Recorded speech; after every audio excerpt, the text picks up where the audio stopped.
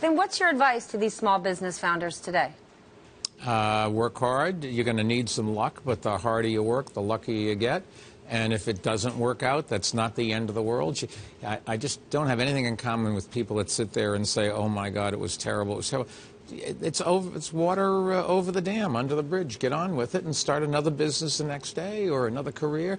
And be honest. Look in a mirror and say, why didn't it work out? Well, it wasn't the skill set, or I didn't have the temperament for it, or I was in the wrong place, wrong time. Maybe I can afford to do it again. Maybe I can't. But people aren't honest with themselves. What I've always done is I've taken a yellow pad, I draw a line down the middle, write out the pros on one side, the cons on another, in a sense that if I let you see it, you wouldn't laugh at me. And then when I get done, I just rip it up and throw it away, because I've worked out in my mind what is real and what isn't, and what I can present to people and what I can't. Then, Lloyd, when you look at mistakes, is there a piece of advice you wish you got as you were climbing up the ranks? Look, yes, I wish I had gotten the advice not to be intimidated, to understand, to break all the myths that are out there that you have to learn. You were once intimidated? Yes. And by the way, listen, it's not a vice. It's not a bad thing to be intimidated if, instead of paralyzing you, it forces you to prepare, to over-prepare, to rehearse, to try to get it right, to go back and review one more time. I don't think I don't think it's a bad thing. But if it paralyzes you, if it intimidates you from going on, then it's a bad thing. I think one of the things that I've learned, and I think that the mayor sees clearly, is how terrific these people all are. They're fantastic. You would think that the people that we talked today, the couple of dozen people that we spoke today, were from Central Casting. The 3,500 people that we've already brought through this program could all be like that, can all substitute.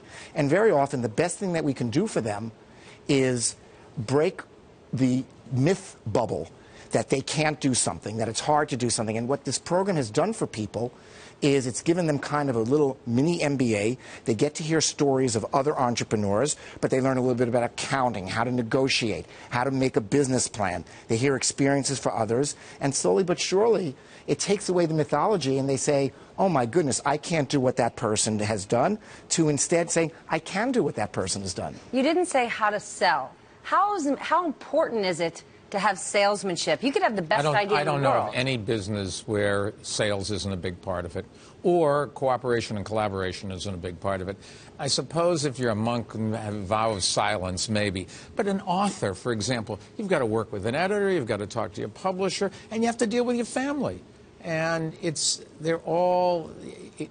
is a world, and I think it's good, where you don't do anything by yourself. Nobody just works for one person or just works for themselves. Nobody does anything independently. We deal, whether it's your family or your outside life, your business life, or whatever. Do you think that's today more than ever, to be part of a collaborative environment? I mean, back in the day on Wall Street, it seemed like it was a survival of the fittest. I'm trying to elbow any other guy out there.